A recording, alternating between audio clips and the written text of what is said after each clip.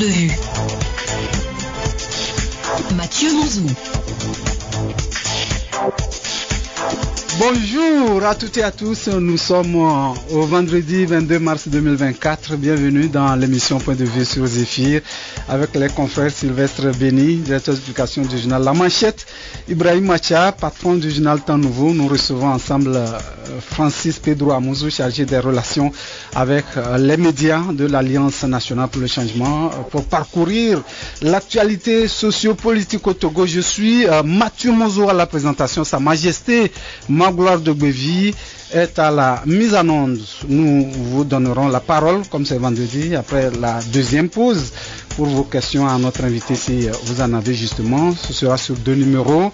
Un numéro habituel, 92 77 66 66, 96 30 66 66.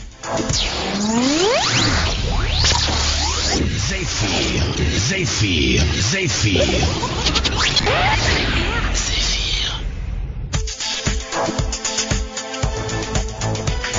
Bien, voilà comment nous démarrons cette émission aujourd'hui. Les confrères sont là. Ibrahim Macha, bonjour. Bonjour Mathieu, bonjour aux éditeurs et auditrices de Zéphyr FM, bonjour aux confrères en studio.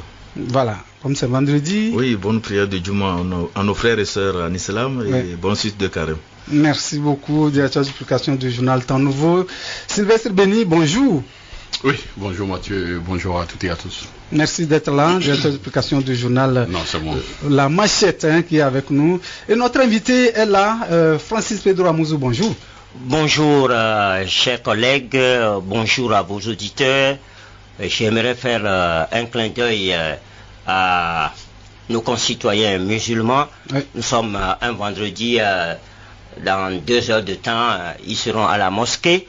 Ils sont en ce moment en plein carême. Les catholiques aussi sont en plein carême. Moi-même, je suis catholique. Oui. Nous sommes en plein carême et je souhaite que les efforts des uns et des autres, que ce carême-là, que ce soit en monde musulman ou en monde chrétien, que ce carême-là puisse atteindre le Père Céleste et qu'il accorde sa bénédiction à notre pays. Amen. Parce que sans cette bénédiction, sans sa protection, en vain, nous ferons des choses mais qui n'aboutiront pas. Donc, bon carême à nos frères et sœurs musulmans, bon carême également à nos frères et sœurs catholiques. Merci. Que Dieu bénisse le Togo. Merci beaucoup Francis Pedro Amouzou, que j'appelle affectueusement grand frère, chargé des relations avec les médias à l'Alliance nationale pour le changement. Comment se porte votre parti à quelques semaines des élections législatives et régionales? Je dirais que c'est de l'ébullition chez nous. Vous n'êtes pas sans savoir. Un bon parti politique, ce n'est pas de tout repos. Ces temps-ci, si le parti se met dans le starting block pour aller à ces élections, il y a beaucoup de choses à faire. Je peux vous dire que ça n'a pas été très facile. Nous avons passé le cap de dépôt des candidatures, nous en reviendrons tout à l'heure. Nous sommes en train de bâtir, bien sûr que nous avons un plan de campagne, nous avons également tout ce qu'il faut faire pour aller à ces élections. Donc, c'est tous les jours. Et je dirais que quand moi je quitte la maison le matin, c'est parfois vers 22 heures que je rentre. Parce que il y a des tâches, il y a des choses à faire.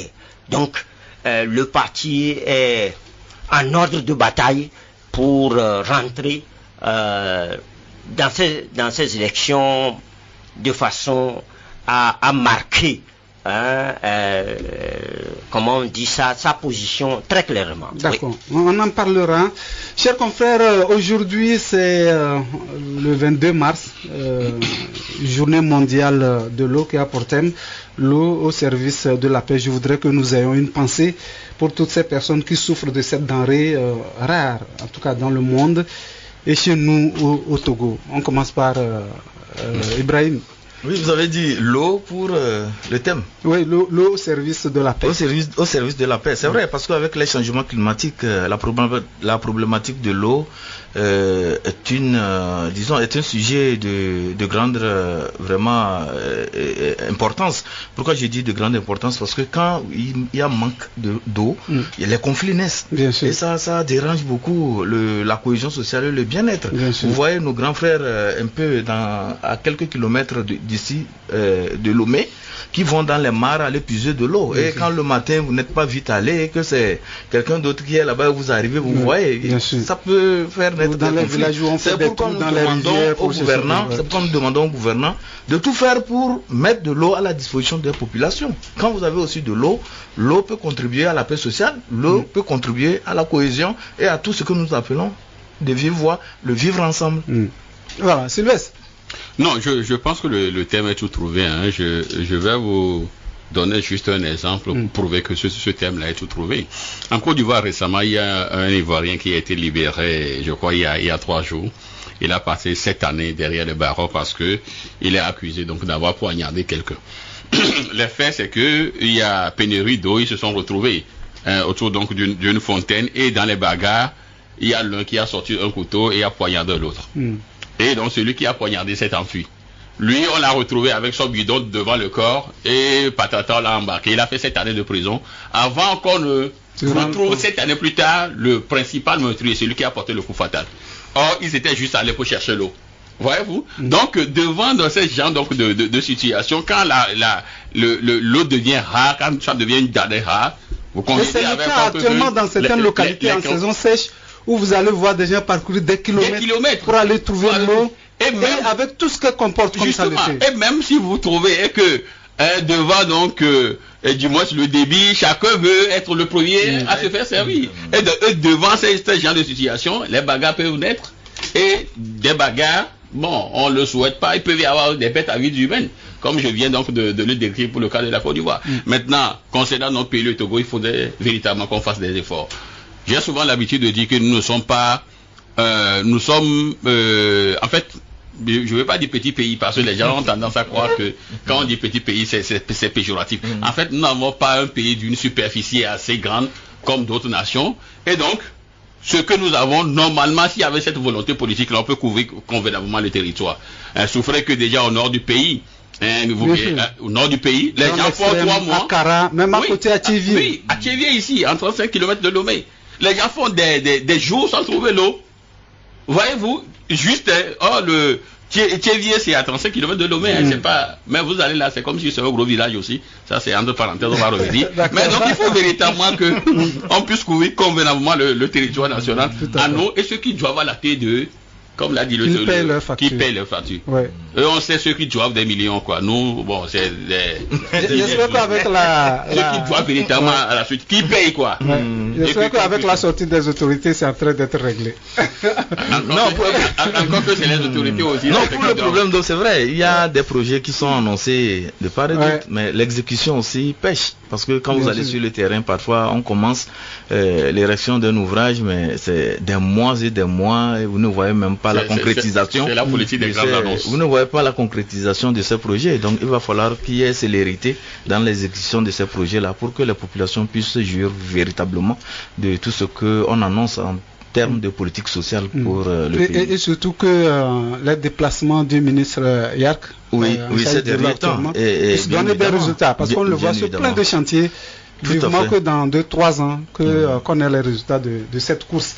Oui, Francis Pedro Amouzou, l'eau c'est la vie. Ah oui. Et c'est aujourd'hui la journée. Mais sans eau, mais est-ce que nous pouvons être ici? Moi j'en ai déjà pris une bonne quantité ce matin. Je vais vous surprendre. Hein. Le Togo regorge de beaucoup d'eau. Le Togo n'a pas encore utilisé même 8% de son eau. Le Togo est traversé par plusieurs fleuves. Je vous dis, de grands fleuves. Le Mono d'abord, le Loti, le Zio, le Haou, l'Anié. L'Anié c'est un affluent du Mono. Bien sûr. Donc, le Togo est traversé pas plusieurs fleuves. Ça, c'est en surface. Mais le sous-sol togolais regorge. La nappe phréatique togolaise est abondante. Donc, en réalité, le Togo ne devait pas souffrir de manque d'eau. Il suffit d'entreprendre les grands travaux. Il suffit d'entreprendre. D'accord. Ça aussi, il faut avoir les moyens pour ça. Écoutez, il faut qu'on soit sérieux. Hein. Et lorsque, tout à l'heure, je vous disais, M. Mathieu Mouzou, que j'ai tellement parcouru le Togo que j'ai tout le Togo en tête. Mais vous arrivez dans des localités, mais c'est extraordinaire. Nos mamans sont obligées d'aller creuser des trous, oui. creuser, et attendre que l'eau puisse gerber quelques heures après, et puis vous allez les voir se coucher pratiquement pour chercher cette eau-là. Ce n'est pas normal. D'accord. Ce n'est pas normal. Il va falloir que un travail sérieux se fait. Le forage ne coûte plus cher aujourd'hui. Chaque village peut avoir un grand forage avec à la limite 2 millions de francs, mais on peut avoir un forage. D'accord. Et je connais des gens, des autorités qui peuvent à elles seules faire des forages pour 10, 15 villages comme ça sans difficulté. Mais pourquoi ils ne le font pas? Et moi personnellement, ça fait 5 mois et demi, je n'ai plus de l'eau dans mon robinet. Et pourtant on m'envoie des factures de TTE. Alors, d'accord, quand il y a tout ça, on se dit mais non, il y a quelque chose. Et nous disons ces choses-là, pas pour dire, pas être contre quelqu'un, mais nous disons pour que la population se sente au moins dans la baie ici. Mais attention, vous ne pouvez pas avoir de l'eau avec.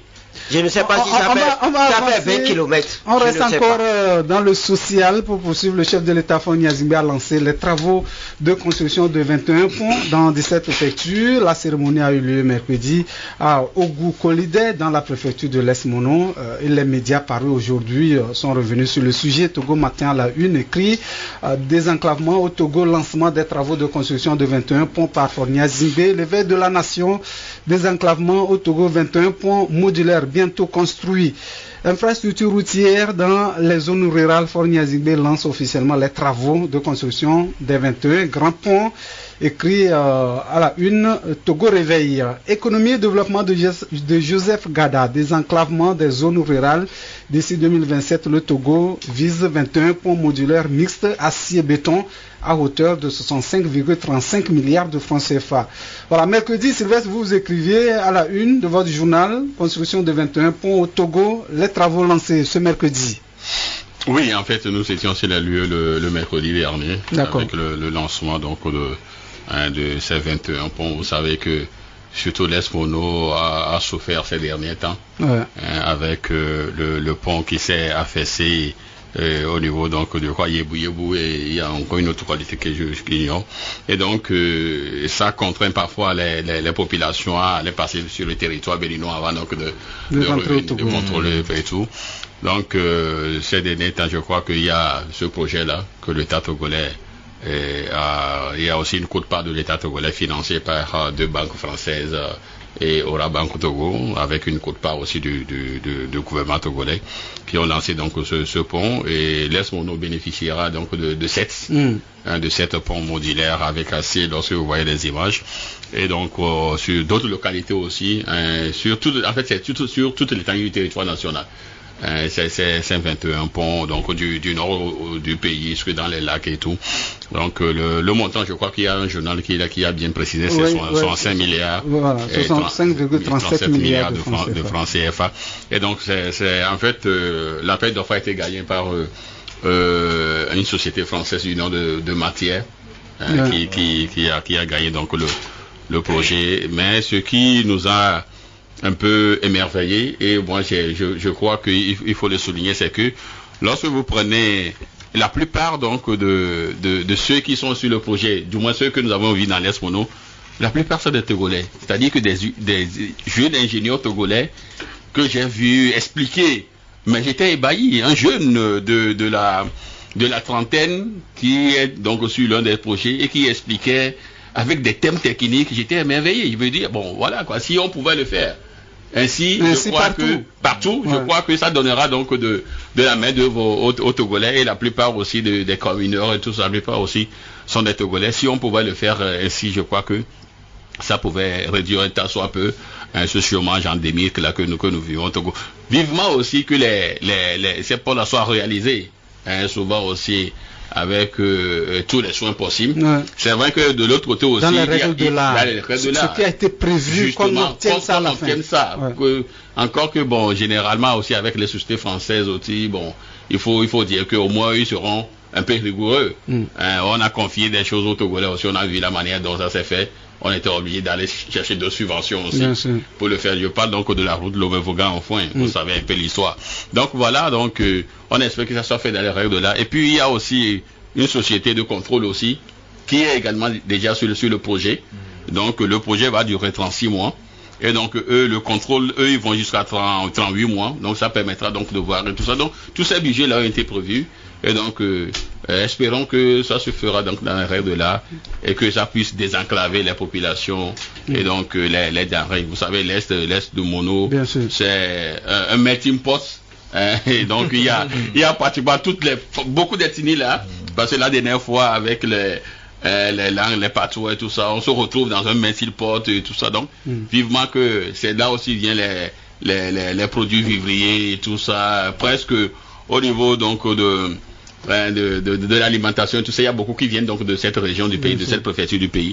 Donc vivement que on finisse vite ces ponts là, que les choses puissent voilà. Le souhait c'est que ces projets, Sylvestre l'a dit, aboutissent, que tout ce qui a été expliqué au chef de l'État d'une manière extraordinaire, comme le disait Sylvestre, que tout ça aboutisse. C'est ça qui est important. Non, mais c'est l'idéal. Il ne sert à rien de lancer un projet qu'au finish, on ne voit pas la concrétisation de ce projet-là sur le terrain. Donc, les populations sont sorties, ils ont acclamé le chef de l'État, elles étaient vraiment très enthousiastes de voir dans quelques jours les réactions de ces infrastructures-là, routières-là, dans leur milieu. Vous savez, il y a le problème de mobilité qui se pose lorsqu'il pleut. Donc on n'arrive pas à joindre d'un village à l'autre. Et bon, entre-temps aussi avec les pluies qui sont abattues dans cette région, il y a eu beaucoup de produits dans les champs, qui étaient vraiment emportés. Et donc ça fait que les produits sont restés dans les champs. Vous savez que c'est une zone où il y a une forte concentration d'agriculteurs et tout ça là. Donc l'activité au niveau de l'agriculture est très dense là-bas. Donc il faudrait qu'il y ait des routes pour évacuer tout ce qu'il y a comme denrées alimentaires, tout ce qu'il y a comme produits issus du travail de la terre. Donc voilà, donc si on érige ces ponts là et que c'est fait comme il se doit, j'ose croire que le désenclavement de certains milieux sera effectif là-bas et ça peut booster les activités économiques et en même temps, pourquoi entraîner ce que nous appelons le brassage, parce que quand vous êtes coupé d'un village, vous voyez, les relations aussi, ce n'est plus comme avant. Donc quand il y a le pont que vous pouvez franchir les rivières sans avoir de problème, je pense que ça ne fait que renforcer notre cohésion et ça fera en sorte que l'activité économique aussi puisse prospérer. Je voulais chuter pour dire que c'est ce qu'on appelle gouverner pour le peuple. Il ne sert à rien quand on est au pouvoir et qu'on n'arrive pas à satisfaire les besoins des populations. Il ne sert à rien d'être au pouvoir et que le peuple ne retrouve pas ce qu'on appelle l'accompagnement, ce qu'on appelle être au service du peuple, ce qu'on appelle aider à la résolution des problèmes qui se posent au quotidien à la population. Donc vivement que avec ce projet-là, que cela aboutisse et que les Togolais se sentent appartenir vraiment à cette nation. Voilà, je ne sais pas si M. Pedro a un mot à placer avant qu'on ne vienne... Puisque je connais bien la région, pour y être à maintes reprises, et je garde en mémoire que l'année dernière, depuis 2002 et 2023, il y a eu des drames là-bas à cause de l'inondation et ainsi de suite, des ponts qui ont été emportés, ainsi de suite. Je connais bien la zone et très difficile d'accéder à cette zone-là, très difficile parce que j'y ai parcouru. J'espère que ce qui est annoncé avec fanfare là ne sera pas logé à la Saint-Glinglin. Nous avons vu plusieurs projets comme ça jusqu'à présent. C'est vrai que la route d'Aného, elle est en passe d'être terminée. Elle n'est pas encore terminée. Je l'ai empruntée la dernière fois. Monsieur Béni a parlé de la route de Vaughan. Ça nous est resté sur la patate. Ainsi de suite. Il y a beaucoup de projets. Dieu seul sait, Dr Lafière, comment on est arrivé enfin à avoir cet hôpital-là, et ainsi de suite. C'est bien d'annoncer, mais c'est très bien de réussir à faire. Et nous, à l'ANC, nous voulons attendre pour voir ce qui va être fait au-delà des discours. Parce que j'ai écouté le préfet, il était dans un discours mirifique, très mirifique, mais c'est pas ça qui est l'important. L'important c'est qu'on veut voir, on veut vraiment toucher du doigt, parce que ce que souffrent nos populations, et M. Ibrahim Acha vient de dire que c'est une région où il y a beaucoup de produits agricoles. Beaucoup de produits agricoles, je l'en connais presque toute la zone, même jusqu'à Agné, en allant vers, je peux vous citer, en allant vers Adobenou, vous allez franchir le fleuve Mono. Je vous assure que c'est des zones que je connais là-bas, au Kouta, notre manger provient de cette zone-là, et je crois que il faut faire quelque chose là-bas. Il n'y a pas que des ponts qu'il faut mettre, il faut des routes. Il y a beaucoup de choses. D'accord. Voilà. Bien, on va donner la parole à M. Pedro sur le sujet de modification de la Constitution. Je crois qu'on en a parlé. Sylvestre vendredi, on en a parlé ici, surtout qu'ils ont fait une conférence de presse. On va l'écouter, on va lui poser des questions d'éclaircissement par rapport à leur position. Donc, M. Francis Pedro Amouzou. C'est lui l'autre. D'accord. Depuis quelques jours, il y a donc ce débat-là sur la modification de la Constitution suite à une proposition de loi introduite au Parlement par un groupe de députés. L'ANC, comme je disais, a même organisé une conférence de presse pour cela. Mais avant de vous donner la parole, on va voir un peu ce que les confrères disent ce matin. Prétexte avancé pour engager la révision constitutionnelle, des arguments approximatif et tiré par les cheveux, c'est ce que Liberté affiche en manchette. Révision constitutionnelle, la nouvelle niche pour une opposition en quête de popularité, écrit Togo Matin. Togo Réveil s'interroge, constitution togolaise, un régime parlementaire, pourquoi pas? En tout cas, pourquoi trois points de suspension? Pas de la nécessité d'un débat de fond sur le régime présidentiel et parlementaire. Alors, quelle est la position de votre parti sur cette proposition introduite au Parlement, M. Francis Pedro Amouzou? D'abord, je voulais que nous corrigions ceci. Nous ne devons pas parler de révision de la Constitution. Nous ne devons pas parler de la modification de la Constitution. Nous devons plutôt parler de la réécriture de la Constitution. Ça, c'est la première remarque. Selon vos informations, c'est ce qui se passe là.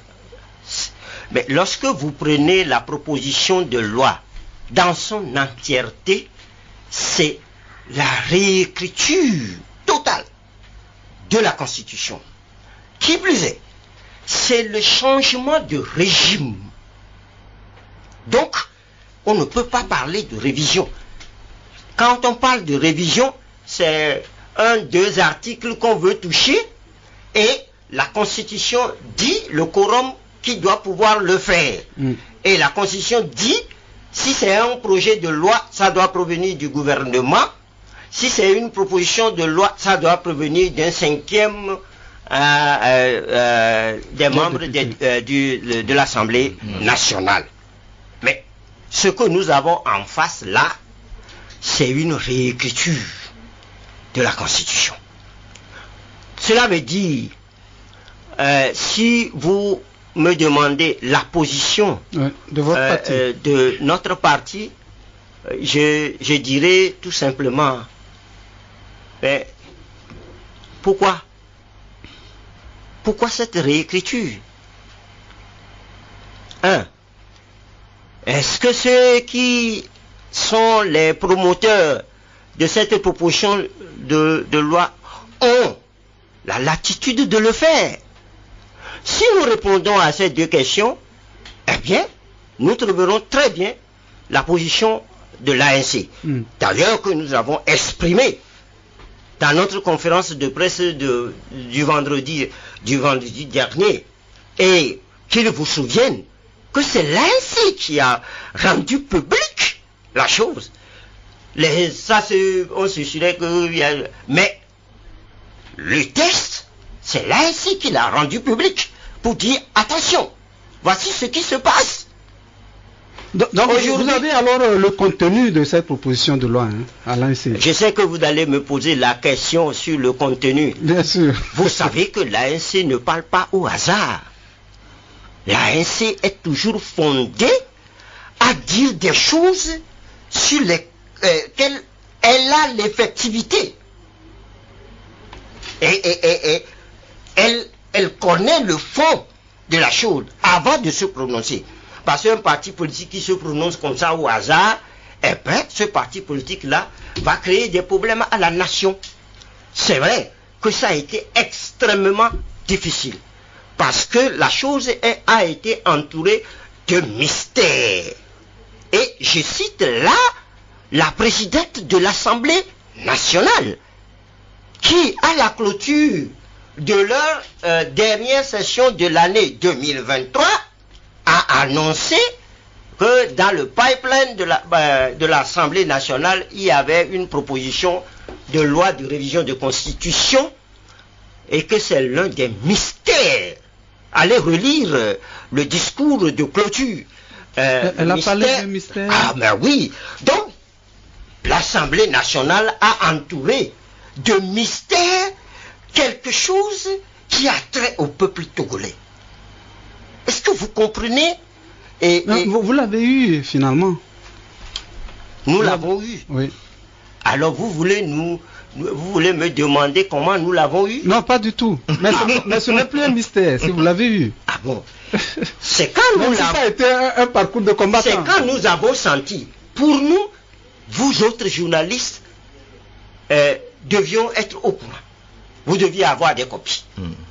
Et c'est au cours de la conférence de presse que nous avons senti que même les journalistes n'étaient au courant de rien. Je ne veux pas revenir sur le terme de Sylvestre Béni. C'est ceux qui étaient là. Nous déjà le vendredi ici dans la matinée, nous avons déjà le contenu. C'est à ce moment-là que nous avons décidé, on a dit, attention, il faut donner aux médias ce document-là, parce que il n'y a que les médias pour informer le public. Je dirais que nous avons fait mieux. Nous avons informé tous ceux qui doivent être informés. Nous avons donné ce document-là à tous ceux qui peuvent l'avoir, y compris des partis politiques, y compris des chancelleries, y compris un certain nombre de... nous sommes allés au-delà même du Togo pour que le monde entier puisse comprendre l'enjeu du moment. Alors, quelle est l'opportunité de cette constitution? Est-ce que ça sied aujourd'hui? Une telle constitution? Non. Pourquoi? Pour voir l'ANC, c'est non. Pourquoi? Je vais vous dire pourquoi. Le régime qui est en place, c'est le seul régime qui modifie la constitution que nous avons là. Le régime l'a modifié le 31 décembre 2022. Le régime l'a modifié en 2002. Permettez, avant d'avancer vos arguments, on va marquer une pause, on revient tout à l'heure, M. Pedro. on revient pour la suite de cette émission avec notre invité aujourd'hui, M. Francis Pedro Amouzou, chargé des relations avec les médias à l'Alliance nationale pour le changement avec les confrères qui sont là. Sylvestre Béni, Ibrahim Acha. Monsieur Pedro, voilà. Oui, j'espère que vous avez gardé votre fil conducteur. Oui. Allez-y. L'opportunité, non. Puisque c'est le même régime qui a modifié la constitution de 1992, là, le 31 décembre 2002. C'est le même régime qui l'a modifié en 2005 et à plusieurs reprises. Moi-même, j'étais là, la nuit, là, à maintes reprises. Mais c'est le même régime qui modifie la même constitution en 2019. En mai 2019. Hein? En mai 2019. En mai 2019. C'est le Parlement. Attendez, j'ai dit, moi je parle, hein, je suis un politique, et je parle politique. Donc c'est le même régime qui fait ça. Et la constitution, à chaque fois que le régime modifie la constitution, nous disons... Est-ce qu'on ne va pas parler de Parlement qui modifie? Ce que vous Parce faites que tout là... se fait au Parlement. Non, ce que vous faites là, ce n'est pas bon. Une constitution, il faut la pratiquer avant de dire ah ce côté-là n'est pas bon. Ce côté. On n'a pas pratiqué la constitution du 14 octobre 1992. On l'a pas pratiqué du tout jusqu'à présent. Et puis patatras. Oui, peut-être il y a des points sur lesquels on ne la pratique pas, mais c'est celle qui guide quand même. Monsieur Mouzou, si vous ne me laissez pas donner des explications, non. Le public ne comprendrait pas. Non, vous avez toutes les explications à donner, mais il y a certaines précisions aussi qu'on doit apporter. C'est comme si on n'a jamais travaillé avec cette constitution. Mais il y a des points, oui, mais pas. Allez-y. Mais je vous dis. Allez-y. Alors, l'opportunité... Même l'ANC a été chef depuis de l'opposition. J'ai dit, hein, l'opportunité de ça. Oui, allez-y. Nous disons, on n'envoie pas, c'est le premier point de l'opportunité. Le second point, qu'est-ce qui empêche ce régime de fonctionner? Parce que la constitution qu'elle a modifiée, tripatouillée en mai 2019, là, donnait toute la latitude au régime d'être là, en place, et sans équivoque. Alors, qu'est-ce qui les pousse à faire ça? C'est les mêmes qui modifient à maintes reprises la constitution, et c'est les mêmes qui disent qu'elle n'est plus adaptée. Mais à qui ils le disent? Ils ne doivent pas nous le dire, ils doivent s'en prendre à eux-mêmes, pas à nous.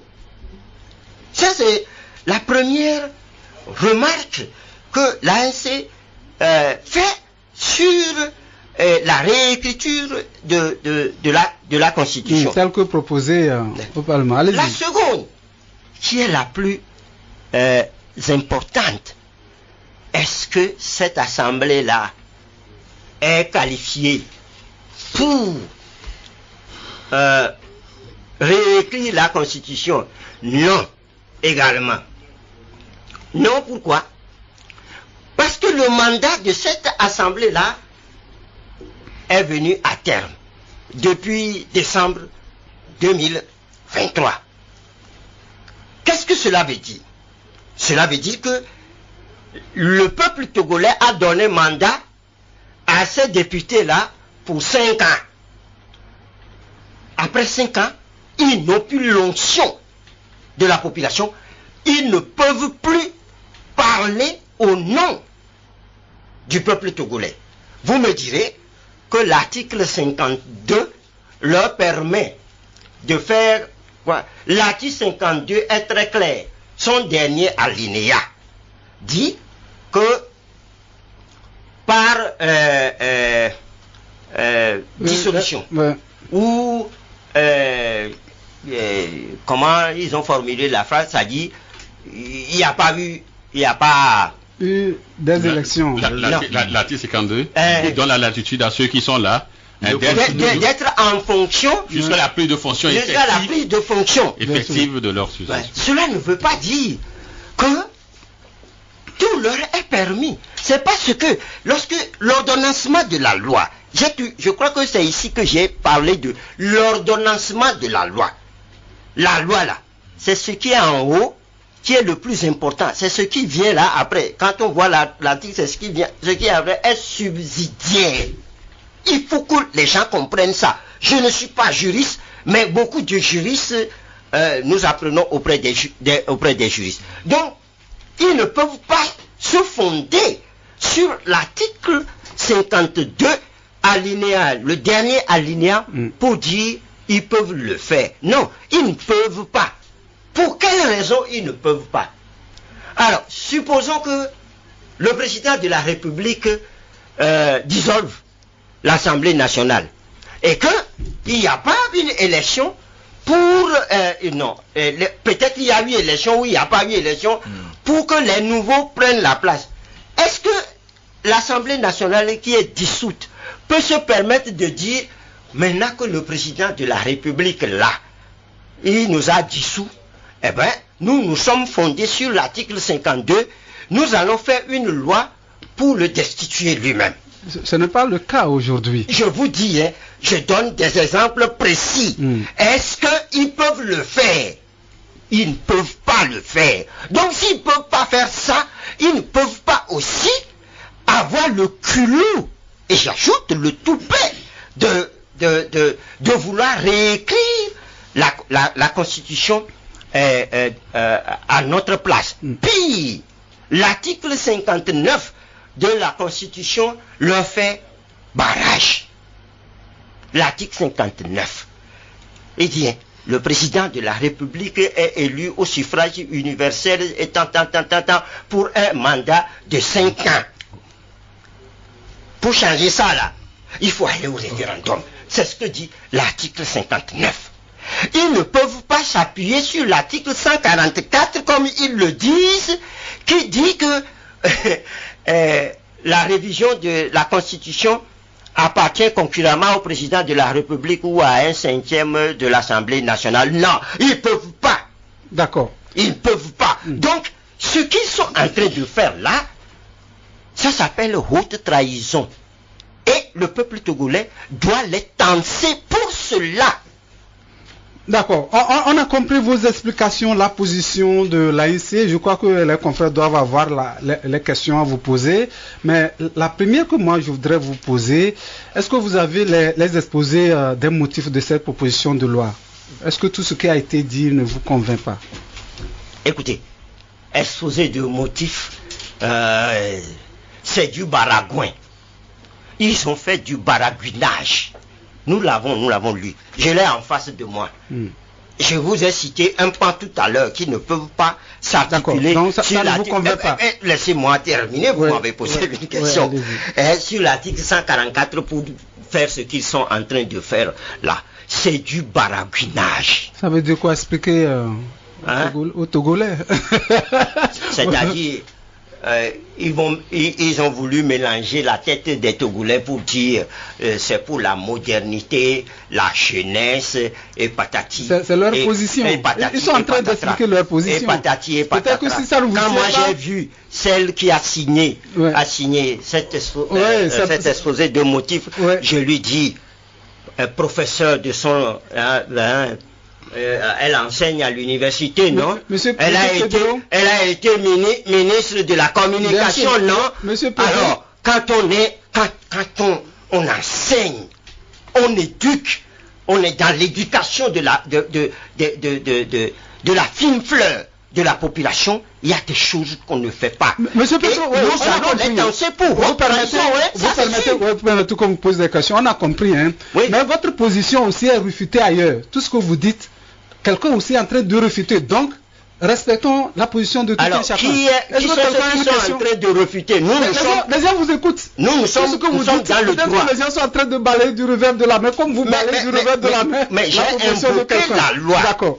Depuis que je suis ici, je ne suis pas sorti de là. J'ai invoqué la loi. On vous suit. Est-ce qu'on peut donner, on peut permettre aux confrères de poser des questions? Ah oui, je suis là pour écouter la question. Justement, j'ai une question, mais je voulais en fait rassurer Monsieur Pedro que avant donc la conférence de presse de l'ANC, nous avons eu le document. Nous avons même parlé le vendredi matin, avant que l'ANC ne puisse faire la conférence de presse. Sauf que vous connaissez donc les conditions dans lesquels nous travaillons, nous ne pouvons pas rendre cela public. Bien sûr. Oui, sinon nous avons l'exposé des motifs. Nous avons donc le document en soi et nous avons même à la page 5, nous avons vu le nom qui est donc sur la copie. Ce n'est qu'un nom d'un signataire, peut-être c'est tout un groupe. C'est tout un groupe. Donc, aujourd'hui, nous pouvons vous dire qu'ils sont autour de 19. Voilà. Selon donc là, nous connaissons les noms. Voilà. Et le moment venu, on pourra quand même les donner aussi. Alors, nous aussi, nous connaissons tout le monde. Voilà. Donc, ce que moi je voulais dire, en fait, aujourd'hui, nous sommes presque devant, connaissant un peu le pays, nous sommes presque devant un fait accompli. C'est-à-dire qu'aujourd'hui... C'est pas encore voté, c'est pas encore en plénière. C'est pas encore en plénière. Voilà. Mais aujourd'hui, voyons donc la nomenclature ou la configuration actuelle donc du Parlement, et j'ai goûté déjà à quelques partis politiques qui sont à l'Assemblée, qui ne sont pas du parti uni, mais qui disent déjà sur les médias qu'ils sont pour. Donc ça veut dire qu'aujourd'hui... Ils ne sont pas les seuls. Ils ne sont pas les seuls. Aujourd'hui, avec le nombre... Non, ils ne sont pas les seuls, peut-être... il y a d'autres qui peuvent être contre, c'est ce que je veux dire. Justement, mais lorsque vous écoutez donc ceux-là, et donc en voyant le nombre qu'il y a aujourd'hui, si ceux-là se prononcent déjà en faveur, ils risquent d'avoir donc les 4/5e. On ne peut pas aussi prêter des intentions aux gens. Non, les gens peuvent être dans une île, mais être contre. C'est un vote qui va se faire. Bon, ça serait un miracle, et puis ce serait vraiment le premier titre de l'année. Justement, on verra. C'est vrai que nous avons eu dire également qu'au niveau donc du parti au pouvoir, il y a des graissements dedans. Voilà. Que ça grouille véritablement. Mais est-ce que les gens auront quand même ce courage d'agir que tout est possible. Ben, tout est possible, mais sauf qu'on peut poser la question. Ma question, monsieur Pedro, ne me faites pas perdre le fil. Monsieur Pedro, aujourd'hui, nous sommes presque, c'est pourquoi nous sommes presque, bon, je corrige, nous sommes presque devant le fait accompli, ou quasiment devant le fait accompli. Si ça passe au niveau donc du Parlement, quelle peut être la réaction de l'ANC? Je m'attendais vraiment à cette question. Ouais. Pourquoi, quelle peut être la réaction de l'ANC? Quelle sera la réaction du peuple togolais face à la forfaiture? Tout à l'heure, je disais que les gens vont être, nous allons les tancer de haute trahison. Et tôt ou tard, ils passeront la cocotte. Tôt ou tard. Oui. Si aujourd'hui, laissez-moi, si aujourd'hui ils ne passent pas, ils passeront. Parce que tout à l'heure, quand j'ai planté le décor, j'ai dit, juridiquement, légalement, légitimement, l'Assemblée là ne peut pas. Mais s'ils passent, ils outrepassent et ils foncent la tête dans le mur, eh bien, ils doivent s'attendre aux conséquences. D'accord. Il faut qu'on soit clair. Il ne faut pas dire qu'est-ce que l'ANC va faire. L'ANC n'est pas le peuple togolais. D'accord. Le peuple togolais, lorsque vous sortez, écoutez, allez dans les marchés. Depuis vendredi, je ne fais que ça. Parce que mon rôle, c'est d'écouter et de rendre compte pour qu'on puisse savoir. Mais allez dans les marchés. Posez la question aux gens. Ils vont vous dire, trop, c'est trop. Et je m'en vais dire à ceux qui font ça là. Monsieur Pedro, vous ne devez pas menacer les gens. Vous permettez de ne pas oser, de ne pas pousser le bouchon trop loin. Oui. Je m'en vais le leur dire. D'accord, on a compris. Non, on a compris. Non, mais je ne voudrais pas que vous menaciez les gens. Je ne menace personne. Donnez votre position. C'est-à-dire, mais ne menacez personne. Je ne menace personne. Ce que vous dites, je leur dis en tant que citoyen que ce n'est pas normal qu'ils s'amusent avec nos vies. Parce que ma vie, en dehors de mon parti politique, il y a ma vie. D'accord. On a compris. Ces gens-là s'amusent avec ma vie. On a compris. Et je ne peux pas leur accepter cela. Dépassionner le débat, s'il vous plaît. Oui, si on peut même donner de l'eau à boire, monsieur Pedro. Pour expliquer clairement votre position. Alain, ce que j'ai dit, quand vous parlez de forfaiture, tout ça, si cette loi passe au référendum, vous serez surpris peut-être que le peuple vote. Vous serez surpris. Parce qu'il s'agit de convaincre. Vous allez dire non. Mais ceux qui ont proposé la loi peuvent aller dire aussi. Voilà pourquoi nous avons... Et ça va passer, vous serez étonnés. Donc, dépassionner le débat. Je vous assure qu'ils n'ont pas la latitude de le faire. C'est devant le peuple qu'on dira et vous serez surpris. Monsieur Pedro, vous avez dit qu'ils n'ont pas la latitude de le faire. Nous savons que le Parlement actuel a atteint déjà les limites selon le vote qui a été fait. C'est que c'est 5 ans qu'ils doivent faire. Donc, le contrat avec le peuple, c'est 5 ans. Ils ont dépassé les 5 ans. Donc, on suppose que le contrat est rompu. Même si, au niveau de la Constitution, il y a une disposition qui dit que 52, bien évidemment, jusqu'à ce que le nouveau Parlement se mette en place, ceux qui sont là, ils peuvent continuer par travailler. Donc, jusque-là, le problème est à voir sur le plan juridique. Moi, la question que je voulais poser, le régime parlementaire, est-ce que ça dérange l'ANC?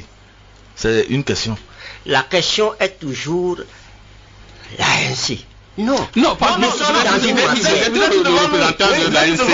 je vais vous répondre. Vous êtes devant nous. Nous sommes dans quelque chose qui emballe tout un peuple. Oui.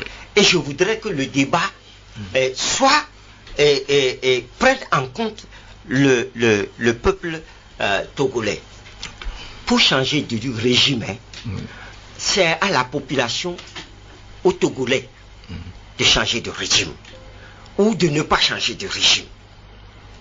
Ça, c'est très clair. Et les conditions pour changer de régime, les conditions ne sont pas remplies. Les conditions ne sont pas remplies. Et ça, c'est très clair. Maintenant, pourquoi les gens, depuis 5 ans qu'ils étaient là, ils n'ont pas voulu, ils n'ont pas pu faire. Et c'est quand leur mandat est fini qu'ils s'arrogent le droit de le faire. Il faut se poser cette question. Là aussi. Alors qu'en 2019, ce qu'ils ont fait était attentatoire à la loi. Parce que le gouvernement, dans son projet, a envoyé 3 articles. Curieusement, les députés se sont donné le droit de modifier 26 articles.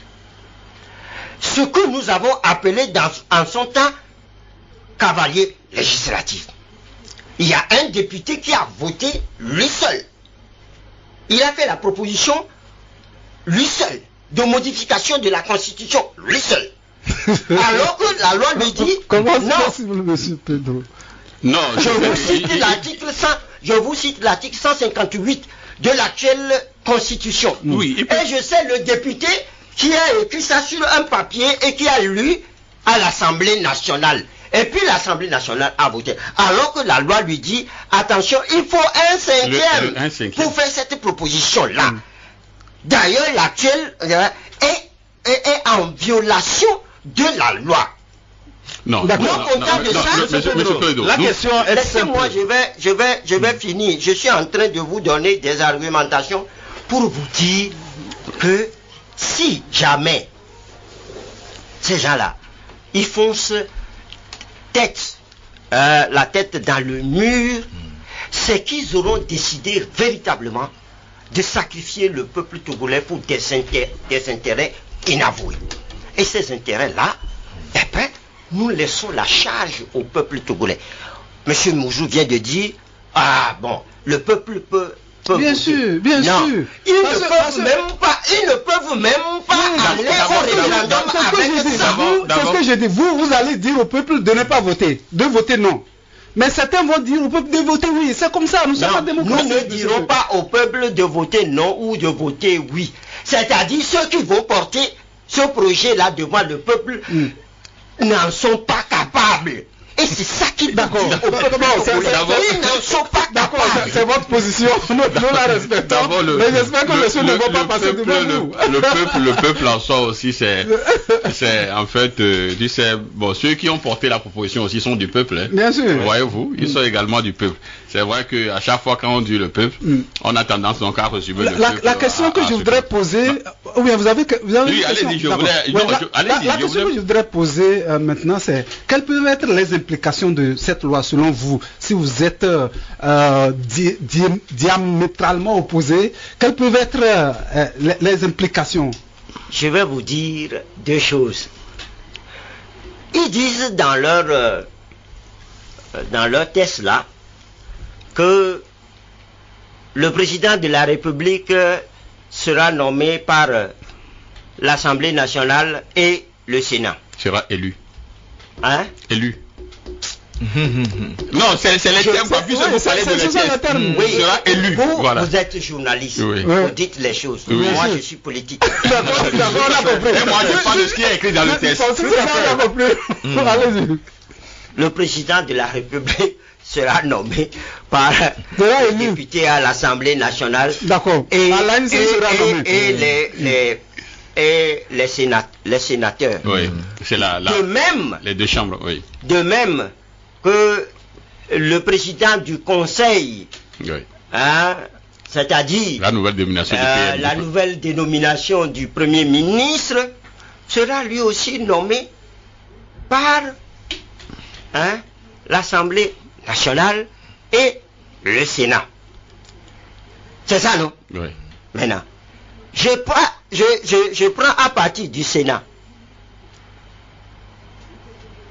La loi dit, le président de la République nomme le tiers du Sénat. Demandez-moi si quelqu'un qui nomme des gens, ces gens qui sont nommés là, ils peuvent aller voter contre le président de la République. Dites-le moi. Qu'ils vous souviennent que nous avons contesté cela pour dire le Parlement est l'émanation de la population. Donc, nous ne pouvons pas permettre que le président de la République nomme le tiers des sénateurs. Il faut que tous les parlementaires soient élus. C'est le cheval de bataille de l'ANC depuis que cette loi-là est sortie. Vous allez me comprendre. On en a parlé ici, oui. Vous allez me comprendre.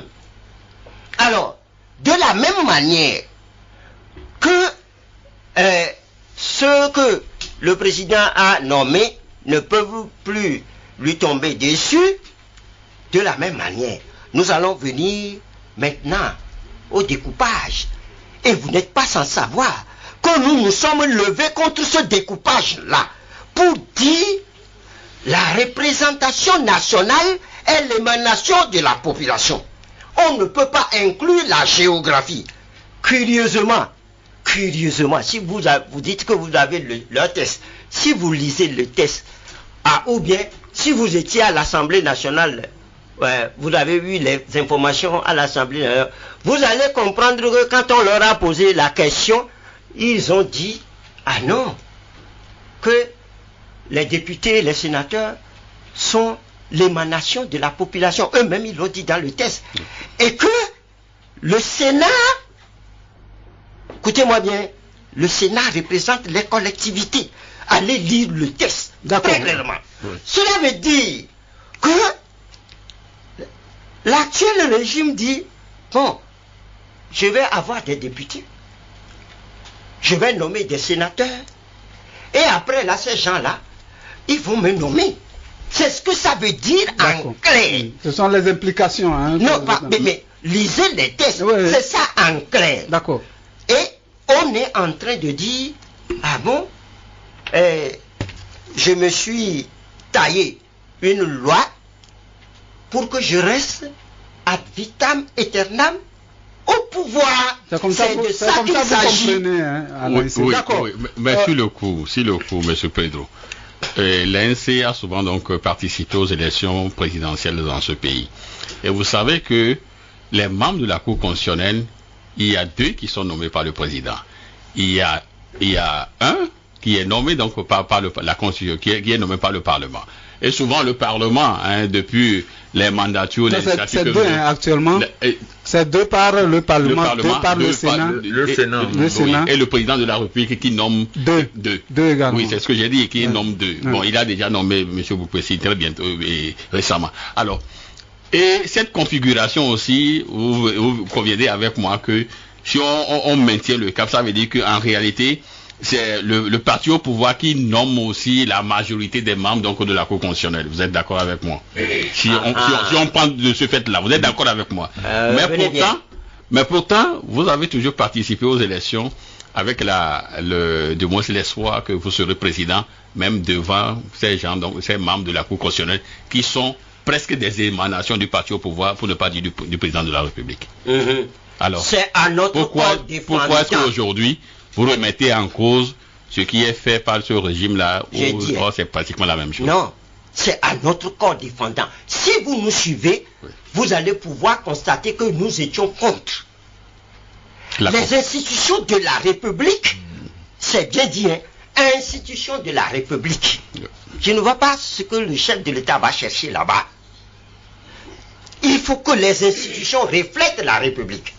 Vous allez me dire qu'aux États-Unis, le président de la République des États-Unis nomme des gens à la Cour suprême.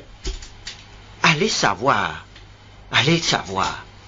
ce qui se passe aux États-Unis. Lorsque le président de la République, vous pouvez être n'importe qui, vous nommez un juge, parce que la nomination du juge même à la Cour suprême procède d'un examen de longue haleine avant que la personne ne vienne. Le président finit de nommer là, c'est fini définitivement. Le juge là à la Cour suprême n'acceptera jamais que le président de la République puisse faire entorse à la loi américaine. Mais ici... Est-ce que ici ça peut pas être fait? Non, je vois ce qui se passe. On va marquer encore ce qui se passe. Voilà, on va marquer notre pause. Vous voulez des exemples? Voilà, on va marquer notre pause, on reviendra tout à l'heure. Juste dire bonjour à notre confrère Angelo, il a été depuis la France, qui nous dit que ce soit le régime parlementaire ou pas, le problème se trouve au niveau de la transparence des élections. Si elles sont vraiment transparentes et équitables, tout sera réglé. On revient tout de suite.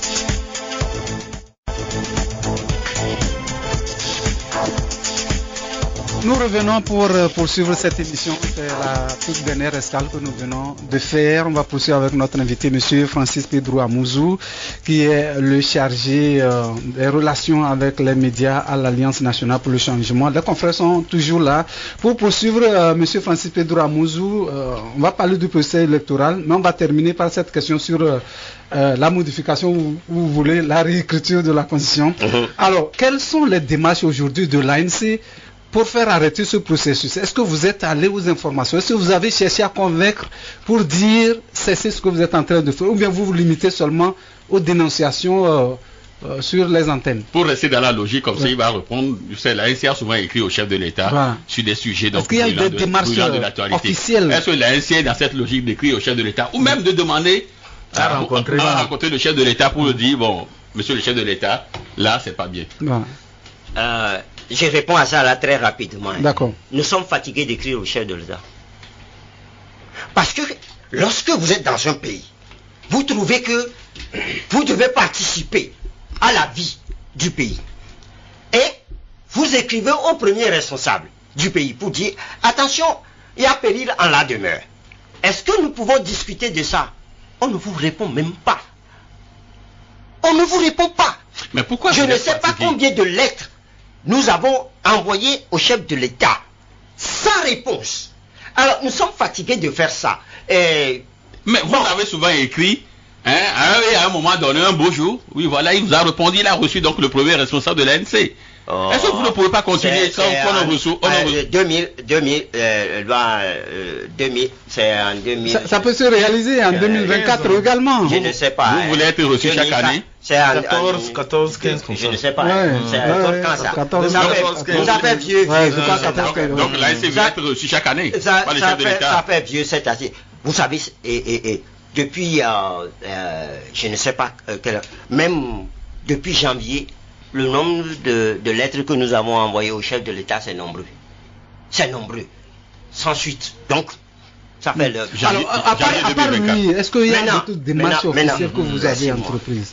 Là où l'Assemblée, là, crée des problèmes à la nation tout entière, et ils doivent en être responsables, il y a le protocole additionnel de la CEDEAO. Ouais. Bien sûr.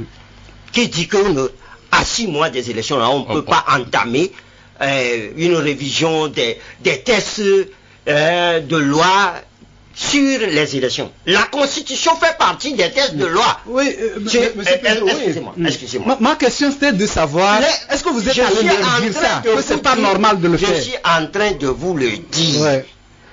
Ces gens-là, ils ne respectent rien. Donc Ils ne respectent rien. Nous sommes à un mois des élections. Ils sont en train de vouloir changer tout le régime. Mais le protocole aussi a prévu qu'à moins que cela soit à l'issue d'un dialogue de pourparlers politiques. La Constitution, ce n'est pas un truc au hasard comme ça qu'on se lève, on le fait. S'il y a un petit truc qu'il faut changer, il faut discuter. On peut discuter de ça. Mais la Constitution, c'est trop gros. D'accord, on comprend. Ils sont en train de violer encore le protocole additionnel de la CEDEAO. Le Togo se met à dos toujours la CEDEAO. Nous avons connu par le passé, souvenez-vous, qu'en 2019, nous étions déjà en campagne pour les communales. On était en pleine campagne quand l'Assemblée, là, qui ne respecte rien, a modifié la loi sur la décentralisation. Oui, monsieur Pedro. Est-ce que c'est normal qu'ils fassent ça tout le temps? Tout ça, nous connaissons. Oui, mais ce que nous sommes en train de faire, nous autres, il faut dire au peuple, nous rappelons au peuple togolais, ce que je fais là, je rappelle au peuple togolais toutes les violations, et ce que nous sommes en train de faire. C'est vrai que il y a des démarches.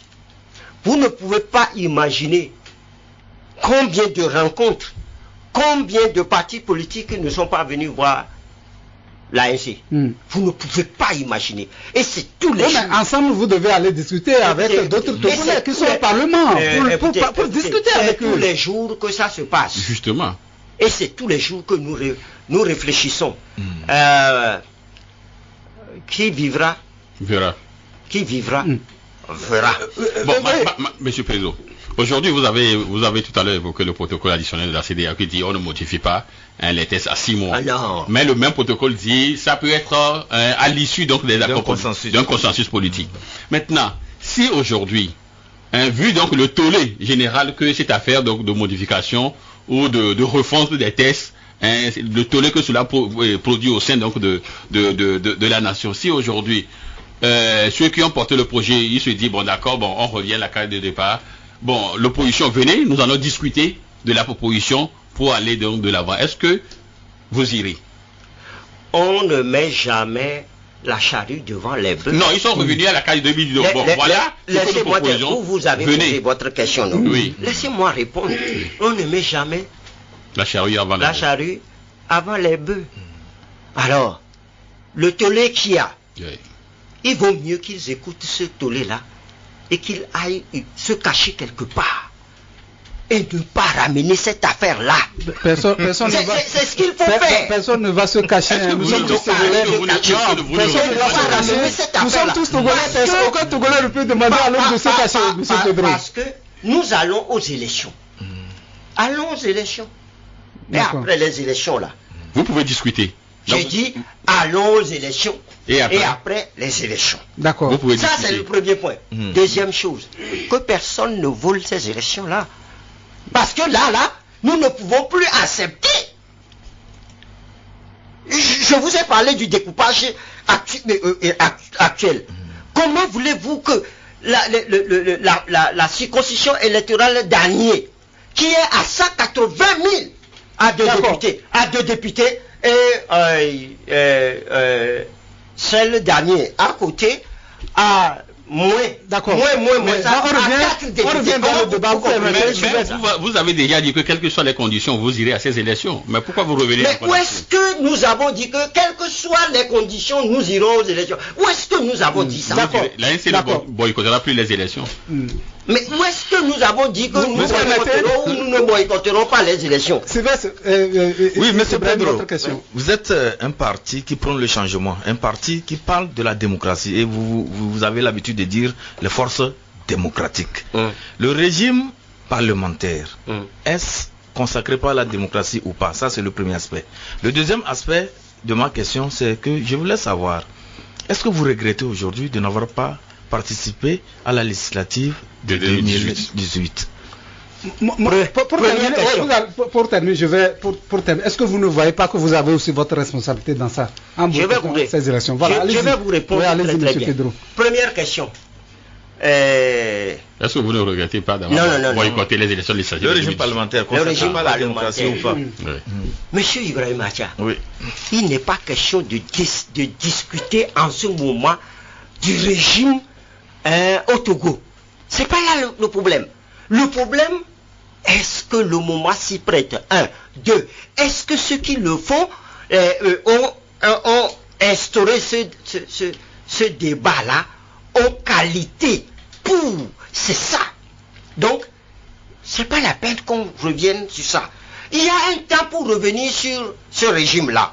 Maintenant, pour votre gouverne, c'est le régime le plus instable. C'est le régime le plus instable. Le régime parlementaire. Parlementaire. Prenez l'Italie. Il y a des gouvernements qui ne font même pas 9 mois. Oui. Prenez Israël. Il y a des gouvernements, attention, Benjamin Netanyahou fait le forcing là-bas, il est là. Mais c'est un régime qui ne tient pas debout. D'accord. Ce régime-là, peut-être, tient un peu en Angleterre et un peu en Allemagne. En Allemagne, ce sont les Länder. Les Länder ont leur parlement. Avant de convoyer vers le Bundestag et le Bundesrat. D'accord. Vous voyez? Donc, il faut faire extrêmement attention. Nous n'avons même pas ce que... On va donner bientôt la parole. Nous n'avons même pas ce que les Allemands ont. Et nous voulons entamer quelque chose de ce genre. D'accord. Nous n'avons pas ce que l'Italie, la force de l'Italie. Ouais. Et on voit ce qui se passe là. D'accord. Est-ce que nous pouvons souffrir le deuxième aspect de notre question. On change de Premier ministre tout le temps. D'accord. Le deuxième aspect de notre question, c'est qu'on demandait, est-ce que vous ne regrettez pas le fait d'avoir boycotté la législature 2018? Est-ce que vous n'êtes pas responsable? Un parti politique qui prend une décision, je vous ai dit, j'ai déjà dit à vos antennes ici, que nous n'avons pas boycotté les législatives de 2018. Nous étions en plein accord politique. Et nous sommes allés nous entendre avec les médiateurs pour dire, il y a à la CENI, il y a 8 membres pour le régime, 8 pour l'opposition, c'est 14, et le président devra venir escaliter des médiateurs. C'est ça que nous avons signé. Oui. Et c'est arrivé à Lomé Patatra que les choses ont changé. Et là, vous avez... Puis, on nous dit, prêtez serment, et demain matin, vous commencez par aller faire les élections. Mais quelle est la CENI là, en ce moment, qui avait préparé les choses? Et nous avons dit, nous sommes en médiation. Nous sommes des politiques. Il y avait 2 médiateurs entre nous. Remettons-nous aux médiateurs. D'accord. Merci. Si les médiateurs ont failli à leur devoir, ne nous l'imputez pas. D'accord. Merci de revenir sur ces explications. On va donner la parole aux auditeurs. Je dois répondre à la question. On a bien répondu à la question. Je ne crois pas. Non. Politiquement, oui. Il a répondu. Oui, mais est-ce que aujourd'hui, à son corps défendant, comme il aime souvent le dire, on va donner la parole aux auditeurs. Je regrette aujourd'hui que vous n'étiez pas au Parlement qui suscite tout ce que nous voyons aujourd'hui. J'ai dit qu'un politique qui pose une action, on dit dans notre langue que quand on mange un oiseau là, ça ne fait pas du bruit dans le ventre. D'accord. Voilà, on va permettre aux auditeurs d'appeler 92 77 66 66 96 30 66 66. Des questions directes à notre invité, s'il vous plaît, pas de commentaires. Vous posez des questions directes pour nous permettre de noter et pour lui permettre également de répondre. Mais Monsieur Francis Pedro Amouzou, est-ce qu'aujourd'hui vous regrettez le fait que vous ne soyez pas au Parlement et qu'une réforme veut se faire derrière vous? Est-ce que c'est ça le regret? Vous reposez la question. Ça veut je vous ai déjà dit, que nous n'avons pas boycotté les élections de 2018. La CEDEAO a fait tout pour que nous n'allions pas. D'accord. Si vous avez des questions à M. Pedro, 92 77 66 66 96 30 66 66, on va parler du processus électoral en attendant que les auditeurs réagissent. Comment trouvez-vous ce processus jusqu'aujourd'hui, puisque vous-même, vous êtes en train de vous préparer pour cela? Bancal. Vous savez, depuis le recensement, nous ne faisons que des sorties. Nous avons saisi et le chef de l'État et le gouvernement et la CENI sur tout ce qui se passe. Même avant-hier, nous avons encore saisi la CENI pour dire, vous là. C'est-à-dire, il faut des choses, vraiment, c'est pas normal. Mais ces élections-là, nous disons à la population, faites-nous confiance. Pourquoi? Parce que on fait tout pour que nous n'allions pas à ces élections. Comme ça, le boulevard sera devant. On va prendre le premier auditeur qui se prononce. Allô? Allô, bonjour. Bonjour, monsieur. Oui, c'est Yohannes à l'appareil. Monsieur? Yohannes. Yohannes. Oui. Oui, Yohannes nous appelle d'où, s'il vous plaît? Ok, je salue le panel. Donnez-nous votre position. Pardon? Vous nous appelez de quel quartier? Ok, de Djiranawi. Djiranawi, d'accord, allez-y, Yohannes. C'est vraiment étonnant que à cette étape-là où nous sommes, qu'on se demande si le régime parlementaire est bon ou mauvais. C'est-à-dire, moi, je trouve ça assez paradoxal de la part des journalistes. Chers journalistes, je vous en prie, c'est-à-dire que aider pour au moins une fois, aider la population à mieux comprendre les choses. Je ne peux pas comprendre à cette étape. Allô, il est parti? Allô? Oui, allez-y. Oui, je ne peux pas comprendre qu'à cette étape, qu'on demande à un parti politique ou un politicien qui s'insurge contre ce qui se passe, qu'on demande si le régime parlementaire c'est quelque chose de bon, c'est quelque chose de mauvais. Mais quand même, soyez un peu pertinent là. Merci, bonne journée. Vous n'avez pas posé que c'est des commentaires. Bon, finalement, je ne sais pas concrètement ce que Yohannes a dit en accusant les journalistes. Nous, il faut que nous ayons la matière. Il faut que la loi soit votée pour que nous puissions. Ceux qui critiquent la loi, ceux qui défendent la loi, c'est eux que nous écoutons actuellement leur position. Il y a quelqu'un derrière, allô? Allô? Allô? Ah, allô? Oui, bonjour. Oui, bonjour, monsieur. Commis depuis Achanté. Oui, allez-y, monsieur Commis. Oui, on va aller un peu plus vite avec des questions. Voilà. Délibérément la rétention d'informations ou l'autocensure sur ceux qui ont posé ce débat à l'Assemblée. Puisqu'ils se réclament être des députés et un élu du peuple, quand il veut du bien à son peuple, peut vanter son nom. Pourquoi vous avez choisi l'autocensure? C'est la question que moi je me pose. Et quand vous dites qu'il y a des Togolais qui sont d'accord, je vous rappelle qu'en 2017 vers 2018, il y a une commission avec Awanana et le professeur Kounake qui ont circulé du Dapaon pour s'arrêter à Palimé. Et la population a répondu que nous voulons la constitution 92 plus la mention Anoukenka. Mais maintenant, de quelle population dont vous réclamez en disant à l'invité qu'il y a d'autres Togolais qui ont d'autres lectures? Je ne comprends pas. Monsieur Commis, vous permettez? Allô? Est-ce que vous permettez? Oui, allez-y. Vous avez fait un sondage? C'est ce que je suis en train de vous dire. En 2017-2018, c'est plus qu'un sondage. Oui, ils ont rencontré qui? Ils ont rencontré les populations togolaises. Lesquelles? Est-ce qu'on vous a donné les chiffres? Il y a un document là. On a vu les retours de cette tournée-là. Oui, mais maintenant la question que je me pose, est-ce qu'il y a des chiffres qu'on vous a donné que tel pourcent de la population a dit oui? C'est ce que moi je dis. J'ai dit à M. Pedro, si vous allez au référendum, c'est là qu'on verra clairement le peuple qui va se prononcer. N'ont pas été proclamés puisque le régime même fait. D'accord. Est-ce que M. Commis a une question pour Est-ce que M. Commis a une question pour l'invité? Oui, j'ai des questions pour l'invité. Posez la question à l'invité, s'il vous plaît. Il n'y a pas de souci. Allez-y. Nous voyons que ce qui se passe là n'est pas bon. Quels sont les moyens juridiques dont disposent les partis politiques, nous la population et la société civile pour mettre fin à ce circuit-là, à part la désobéissance que la loi, la Constitution nous réserve?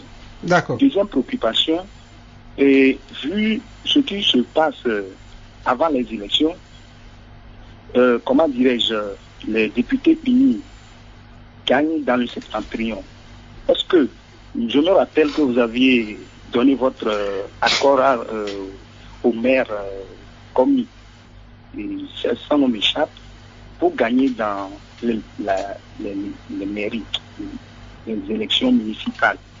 Est-ce que vous allez coopter des indépendants comme ça aussi dans cet embryon pour qu'on ait 0 député unir à l'Assemblée? Merci. La deuxième question, je ne l'ai pas bien saisie. Monsieur Komi? Ah, il est déjà parti. Oh là là. On va prendre quelqu'un derrière, Monsieur Pedro, avant de vous donner la parole. Allô? Oui, mais je m'adressais, c'est Yohannes qui revient. Oui. Je m'adressais, ma question était destinée à, j'oublie un peu sur le second de Sylvestre Béni. J'oublie le nom. Ibrahim Acha. Voilà, ma question était adressée à Ibrahim Acha. Oui, puis vous n'avez pas posé de question, posez une question précise, s'il vous plaît. Ok. Peut-être ma phrase n'était pas sur la forme interrogative, c'est pourquoi vous n'avez pas compris. Je lui demandais, est-ce qu'il trouve normal qu'à cette étape où, c'est-à-dire que même s'il faut parler de révision ou de changement de la Constitution, les choses ne se font pas dans les normes, est-ce qu'il trouve que c'est à cette étape-là qu'il faut demander à un politicien, mais il faut se poser la question, est-ce que le régime parlementaire est bon ou pas? Il trouve que cette question-là est la bienvenue à l'heure où nous sommes actuellement. D'accord. Voilà ma question. Merci beaucoup, monsieur Yohannes. Est-ce qu'il ne trouve pas qu'il ne met pas les bœufs devant la charrue? On a compris, merci beaucoup. Juste pour lui dire que... Est-ce qu'il y a un auditeur d'abord? Oui, on prend celui-ci, gardez votre... Nous avons... Oui, on va prendre celui-ci. Oui, allez-y. Oui. Bonjour d'abord. Bonjour, oui. Oui, Monsieur Pelé. Oui. De la SAME, c'est ça? Oui, c'est ça. Allez-y. Donc, je salue le plateau. Oui. Des questions directes, s'il vous plaît. Oui, des questions directes. C'est ce qui me concerne, c'est le social. Donc, c'est le lancement dans les préfectures que vous avez dit tout à l'heure que le président est en train de faire. Oui. Est-ce que c'est le lancement? C'est-à-dire, il lance cette campagne, quoi. Les pré-campagnes, il a commencé les pré-campagnes. Bon, c'est selon vous. Non, oui, votre question, monsieur Pelé, est-ce que vous avez une question à l'invité? Bon, c'est une question que je vais poser à notre invité François Pedro. Ce lancement automatiquement, je crois que M. Pelé ne nous suit pas. M. Pelé ne nous suit pas. Voilà, on va donner la parole à Ibé qui va réagir et puis notre invité par rapport à Yohannes. Non, j'ai demandé à M. Pedro qui est devant moi et comment il trouve un régime parlementaire. Et cela ne voudrait pas dire que sur le plan démarche, procédure, pour pouvoir introduire ce régime parlementaire-là, j'ai émis un jugement de valeur là-dessus. Non. Je n'ai pas émis un jugement de valeur. Mais en tant que politique, je lui demandais, au niveau de sa formation politique, quelle est leur opinion sur le régime parlementaire. Donc cela ne voudrait pas dire que je disais que non, c'est bon, allons-y. Non, il faut qu'ils comprennent bien ce que j'ai dit. C'est pour ça d'ailleurs nous avons fait venir M. Pedro pour comprendre leur position. Qu'est-ce qu'ils comprennent de tout ça? C'est ce que nous sommes, c'est l'exercice que nous sommes en train de faire ici. Alors, monsieur Komi Dachante vous a posé une question. Quels sont les moyens dont dispose le peuple pour faire arrêter ce processus? Au fait, si nous sommes dans un pays normal... On ne va pas insulter notre pays, hein. Puisque nous vivons là-bas dans tous les cas. Allez-y. Monsieur Mathieu Mouzou, vous faites votre devoir. D'accord. Moi aussi, je fais mon devoir. Chacun dans son rôle. Oui. Alors, moyen juridique, c'est que on attaque tout ça là devant la Cour constitutionnelle. Pour dire, Cour constitutionnelle, il faut dire à ces gens-là, vous n'avez pas le droit. Vous n'avez aucun droit.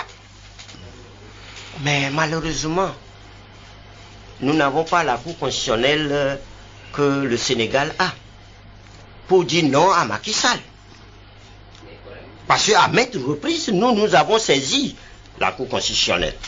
Il y a quelque chose qui est resté dans ma tête, indétrônable. Hein? En 2007, nous avons apporté la preuve. Et les procès-verbaux en plus, pour dire ah non, nous avons gagné tous les sièges à Lomé. Les procès-verbaux étaient là. Mais la Cour constitutionnelle a tourné court, hein, a dit autre chose, sans regarder même nos procès-verbaux. Ça, on se dit, mais attention, il y a plusieurs choses. Ça, c'est les moyens juridiques que l'État normal met à la disposition de la population. Nous ne sommes pas sûrs que nous pouvons toucher la Cour constitutionnelle. D'ailleurs, une Cour constitutionnelle qui est bancale, nous l'avons dit, vous l'avez dit tout à l'heure, le chef de l'État a nommé son quota. Mais il en reste encore. La Cour constitutionnelle, c'est 9 membres. Et nous sommes le seul parti à parler de ça depuis. Pour dire, écoutez, c'est 9 membres. Faites tout. Cette assemblée-là se fait à Rakiri seul. En modifiant la Constitution, dans la Constitution de 2002, là, il est dit que l'Assemblée nationale nomme le quota du Sénat si le Sénat n'est pas en place. En voulant se donner les moyens de rester au pouvoir, ils ont nettoyé ça. Ce qui empêche l'Assemblée nationale de nommer de nommer le quota du Sénat, puisque le Sénat n'était pas là.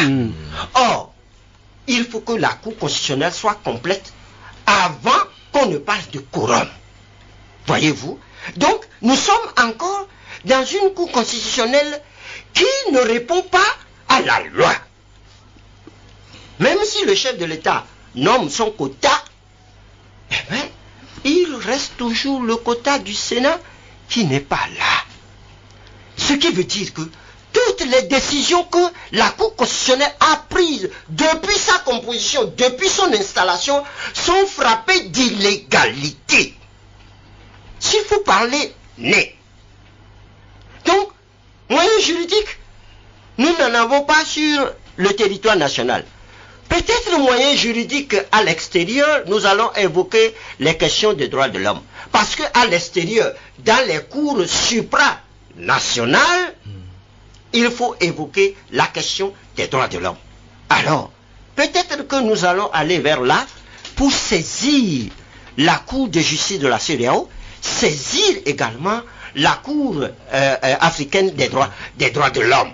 Est-ce que vous pensez que ça aura des incidences positives de votre côté, puisque la NC a souvent saisi la Cour de justice de la CEDEAO, même sur l'exclusion des 9 députés à l'époque de l'US et de l'NC, et vous avez gagné. Mais ça n'a pas permis à ce que vos députés retournent au Parlement. Et au fait, l'argent là même que la Cour a demandé qu'on paye aux députés, il y a une grande partie qui reste encore qui n'est pas payée. Mais vous avez quand même pris une bonne partie aussi. Non, une partie, vous voyez... Une bonne partie. Attendez. Vous voyez des députés qui sont arrivés, qui ont fait des prêts dans les banques, et subitement qu'on a chassé. Mais l'argent là, il y a même des députés qui n'ont même pas touché un franc. La banque a repris ça immédiatement. Alors, si vous voulez qu'on en parle... Non, on ne va pas en parler. Non, c'est pour dire que vous avez saisi et vous avez pris une partie. Je ferme la parenthèse très rapidement pour dire il ne reste qu'au peuple togolais d'agir comme la Constitution l'a dit. Article 148, 149, 150, c'est tout. D'accord. C'est ça qui nous reste.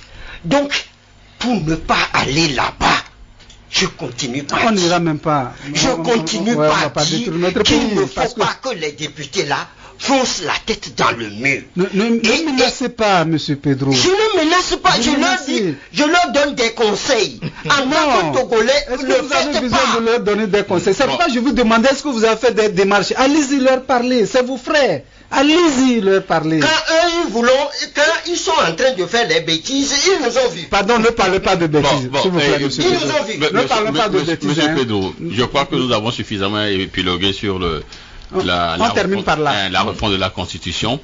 Et c'est vrai que pour les élections de 2020, bon, c'est pas très bien passé pour la NC. Aujourd'hui, comment est-ce que vous comptez faire pour avoir un nombre un peu consistant au Parlement? Est-ce que vous pensez que ça sera facile? Ça sera facile pour vous. Oui, allez-y, on termine par là. Et vous voulez que je vous dise mes stratégies? Non, écoutez, nous avons... écoutez, il y a un parti de l'opposition qui a clairement dit qu'ils vont donc, ils auront au moins donc le tiers de l'Assemblée nationale. Vous savez, lorsque vous allez, on ne va pas en guerre en victime résignée. Non. Vous, au niveau de l'ANC, combien de députés comptez-vous avoir? Nous autres, oui. Nous respectons le peuple togolais. Oui. Nous disons au peuple togolais ce que nous voulons faire. Aller à l'Assemblée nationale, nettoyer les lois qui sont injustes, faire en sorte que le peuple togolais se retrouve dans les lois qui sont votées à l'Assemblée nationale. On va conclure, c'est de ça qu'il s'agit. Permettre aussi que les conseillers régionaux puissent s'atteler au développement des localités. D'accord. C'est de ça qu'il s'agit. Petite conclusion, là nous sommes rentrés dans la campagne. J'espère qu'on se retrouvera ici à partir du 4 avril. Non, je ne suis pas dans la campagne. Il m'a posé une question. Voilà, allons-y, on va conclure. Votre petit mot. D'abord, je voudrais vous remercier pour ce débat. C'est nous. Et dire que seul le Togo est important. Seul notre pays est indépendant. Et que chaque Togolais devra faire en sorte que c'est le Togo qui compte.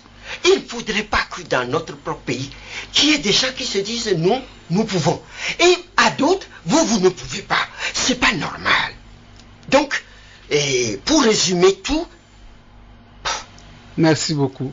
Dieu préserve le Togo. Merci. Vous voulez dire allons-y. Merci beaucoup. Allons-y pour faire Francis Pedro Amouzou, chargé des relations avec les médias à l'Alliance nationale pour le changement, qui était notre invité. Nous sommes très heureux de l'avoir reçu, de même que les confrères Sylvestre Béni et Ibrahim Acha. Merci beaucoup. Aujourd'hui, on n'a pas fait trop de commentaires. On va se retrouver vendredi prochain parce qu'on avait un invité. C'est pas tout le temps qu'on est avec le grand frère Pedro. Je suis Mathieu Mouzou, Sa Majesté ma gloire, je vous ai assuré la mise en onde. Merci à Yohannes, à Connie et puis à Pelé qui nous ont appelés. À très bientôt.